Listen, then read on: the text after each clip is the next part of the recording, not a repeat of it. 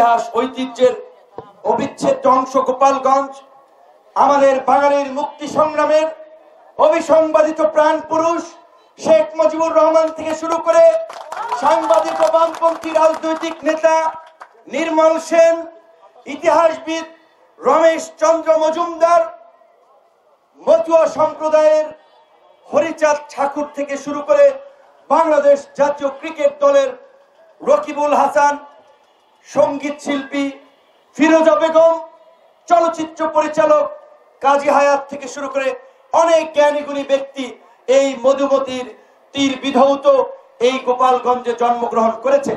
এই গোপালগঞ্জের নিশ্চয়ই অবশ্যই শতভাগ গ্যারান্টি দিয়ে বলতে পারি সব মানুষ খারাপ না, বেশিরভাগ মানুষই ভালো। সেই জায়গা থেকে প্রশাসনের ভাইদেরকে আমরা বলবো নির্বিচারে মানুষকে হয়রানি মামলা দিয়ে জুলুম তাদের উপরে করবেন না। আমাদের সুযোগ ছিল, আমরা যদি সুবিধাবাদী রাজনীতি করতাম শেখ হাসিনার ক্যাবিনেটে সবচেয়ে ভালো মন্ত্রী হতাম, শত সহস্র কোটির মালিক থাকতাম। আমরা সেটার সাথে আপোষ করি নাই। আমরা মুখে যেটা বলেছি অন্তরে সেটা ধারণ করেছি। সেই কারণেই এই গণ অভ্যুত্থানের পরে আমরা বলছি এই যে প্রতি গণ অভ্যুত্থান কিংবা বিপ্লব সেটা 52 ভাষা আন্দোলন থেকে 69 গণ অভ্যুত্থান, 71 মুক্তিযুদ্ধ, 90 স্বৈরাচার বিরোধী আন্দোলন এবং এই 24 গণ অভ্যুত্থান প্রতিটি ঐতিহাসিক আন্দোলন সংগ্রামে এই দেশের কৃষক, শ্রমিক, মেহনতি মানুষ, সাধারণ মানুষের সন্তানেরা জীবন দেয়, রক্ত দেয়, কিন্তু তার ফল ভোগ করে ওই শহরের শিক্ষিত এলিট শ্রেণীর লোকেরা।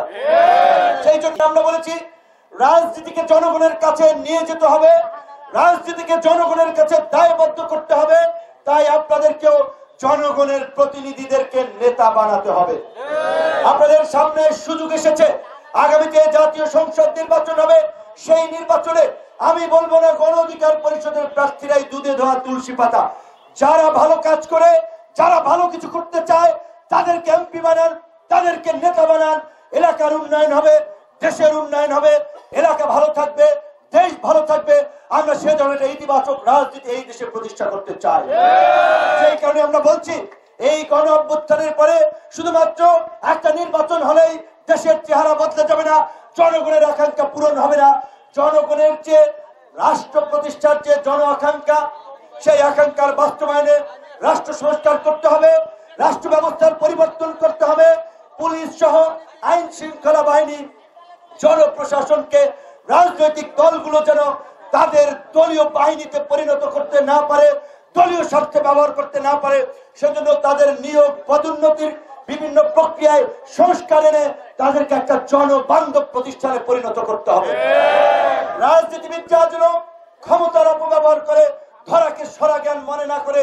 সেই জন্য আমাদের সংবিধানে যেই কথা বলা আছে, পৃথিবীতে যেটি স্বীকৃত আইন সকলের জন্য সমান, সেটি শুধুমাত্র বক্তব্য বিবৃতিতে কিংবা কাগজের আপনার পাতায় লিপিবদ্ধ থাকলে হবে না, সেটির বাস্তবায়ন করতে হবে। একটি দেশ কতটা সুশৃঙ্খল সেটির সবচেয়ে বড় উদাহরণ দেখা যায় সেই দেশের ট্রাফিক সিস্টেমের দিকে তাকালে। যেই দেশের ট্রাফিক সিস্টেম যত সুশৃঙ্খল, যত গোছানো, সেই দেশের আইন শৃঙ্খলা তত ভালো।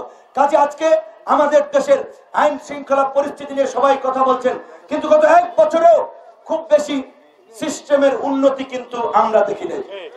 দেখেন, পুলিশকে এরশাদের সময় গালি দিয়েছে এরশাদের পেটোয়া বাহিনী, হাসিনার সময় গালি দিছে হাসিনার পেটোয়া বাহিনী, খালেদা জিয়ার সময় গালি দিছে খালেদা জিয়ার পেটোয়া বাহিনী। তাই তারা সবার পেটোয়া বাহিনী বলতেছেন। দোষটা কি পুলিশের নাকি সিস্টেমের? যেই সিস্টেম পুলিশকে ক্ষমতাসীনদের পেটোয়া বাহিনীতে পরিণত করে, সেই সিস্টেম বদলানোর কথা আমরা বলছি। সেই কারণে আমরা বলছি নতুন বাংলাদেশ বিনির্মাণ করার জন্য পুরানো রাজনৈতিক বন্দোবস্তের মধ্যে দিয়ে নির্বাচন হলে নতুন বাংলাদেশ বিনির্মাণ সম্ভব নয়। তাই নির্বাচনে নতুন বন্দোবস্ত যেটি আমরা আলোচনা করছি, দ্বিকক্ষ বিশিষ্ট সংসদ হবে, উচ্চকক্ষ পিয়ার পদ্ধতিতে হবে। এইভাবে আমাদের নতুন রাজনৈতিক বন্দোবস্তের দিকে পর্যায়ক্রমে এগিয়ে যেতে হবে।